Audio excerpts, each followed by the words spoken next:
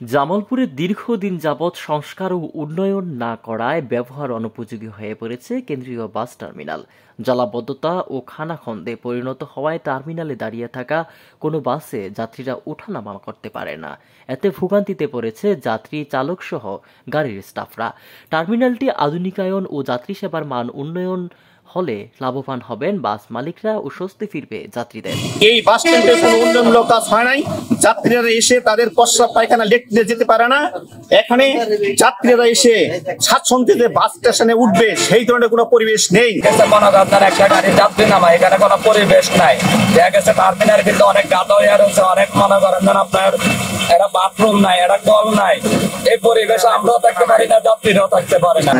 আমাদের দীর্ঘদিন যাবৎ অবহেলায় অবহেলিত ছিল এবং বিগত দিনে যারা এখানে প্রশাসনিক দায়িত্ব পালন করেছেন তারা আসলে এই টার্মিনালের প্রতি অতটা আগ্রহীশীল ছিল না, উদাসীন ছিলেন।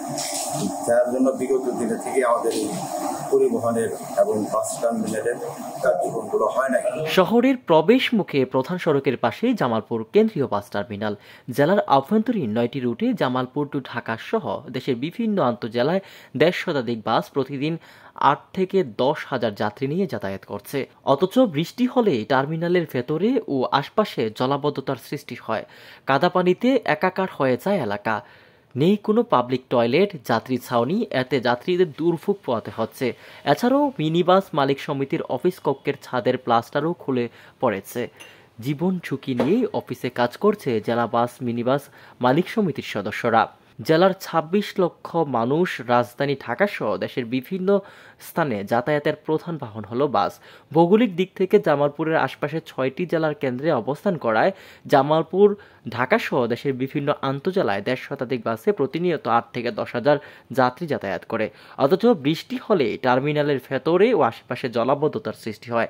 কাদা পানিতে একাকার হয়ে যায় এলাকা। অল্প বৃষ্টি হলে পানি জমে এবং বিভিন্ন সমস্যা, এই সমস্যার জন্য আমরা একটা লিখিত আবেদন দিয়েছি এবং আমাদের যে পৌর টার্মিনাল আছে সেই টার্মিনালে আমরা সেই টার্মিনাল ব্যবহার করতে পারি না। সেই টার্মিনাল আমাদের একটা ভাড়া টার্মিনাল করে আজকে ব্যবহার করতে হচ্ছে। আমরা বারবার পৌরসভা এবং বারবার জেলা পরিষদকে বলার পরে ডিসি মহোদয়ের কাছেও আমরা কালকে একটা মিটিং ছিল, ডিসি মহোদয়ের মাধ্যমে তাদেরকে আমরা অবগত করেছি এবং ডিসি মহোদয় আমাদেরকে আশ্বাস করেছে অতি দ্রুত এটা সমাধান করার জন্য আমাদের আশ্বস্ত করেছে। 1985 সালে 2 একর জমির উপর এই বাস টার্মিনাল নির্মাণ করা হয়। এই বাস টার্মিনালটি জেলা পরিষদের কাছে হস্তান্তর করে তৎকালীন জেলা প্রশাসক।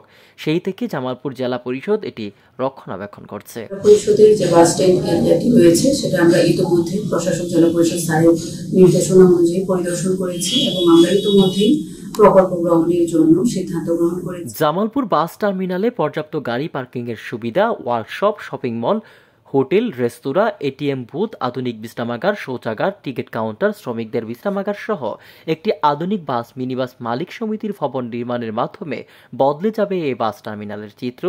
এর জন্য সংশ্লিষ্ট কর্তৃপক্ষ সহ সরকারের সব ধরনের ব্যবস্থা গ্রহণ করবেন, এমনটি প্রত্যাশা জামালপুরবাসীর। জামালপুর থেকে শেখ ফজলি রাব্বি, আমার বার্তা।